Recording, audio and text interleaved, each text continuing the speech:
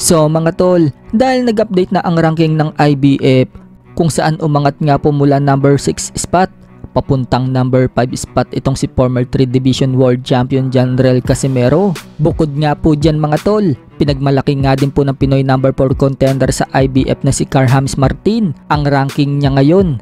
Pinost nga po niya ito sa kanyang FB page at sinabing malapit na daw siya sa exciting part. Mismong IBF na daw kasi ang kumilala sa naging diskarte niya sa huling 2 taon. Dagdag pa ni Martin mga tol, tamang laban, tamang kalaban, tamang promotion at mga championship fights. Ibig sabihin, yan po yung mga pinanalo niya sa mga regional belts. Pagmamalaki pa ni Martin mga tol, nakaplano na daw lahat ng mga hakbang sa susunod na laban. Kung ilang laban daw sa 2024, kung sino daw ang tatargetin nila sa 2025, at kung sino-sino ang kasama sa training camp.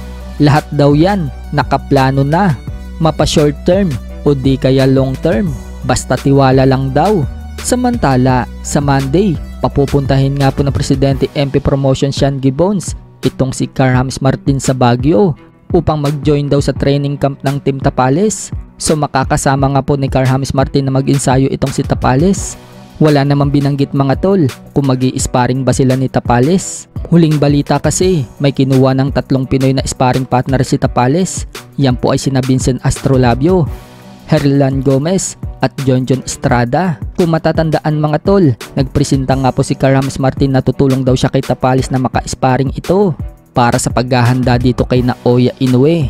So baka pagdating sa Baguio mga tol, magka-sparring din sila ni Tapales.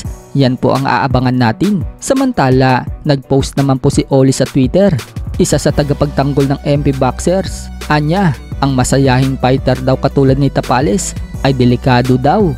Kaya sa mga Inoue fanboys daw dyan, sige lang, maging kumpiyansa lang daw sila. Baka hindi daw sila maging handa kapag nagsimula na ang bangungot sa December 26. So kung may mga taga-depensa ang Team Casimero, meron din taga-depensa ang Team Tapales. Sa kabilang banda naman mga tol, hindi nga po matanggap ng team ni Crawford na mabaklasan ng IBF belt itong si Crawford sa loob lamang na 4 na buwan. Galit nga po ang Team Crawford mga tol sa hindi makatarungan na ginawa ng IBF at gawing full champion itong si Jaron Ennis.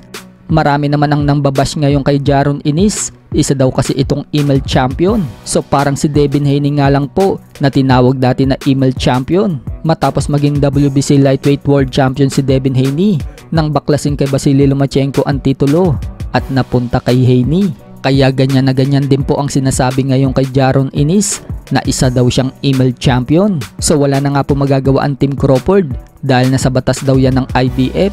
Parang wala nga din po kasi sa plano ni Crawford na labanan itong si Ennis. Pagkatapos kasi ng rematch kay Spence, aakyat na itong si Crawford ng dibisyon. Sa ngayon, wala pa naman pong reaksyon si Jaron Ennis tungkol sa pagiging world champion niya sa IBF.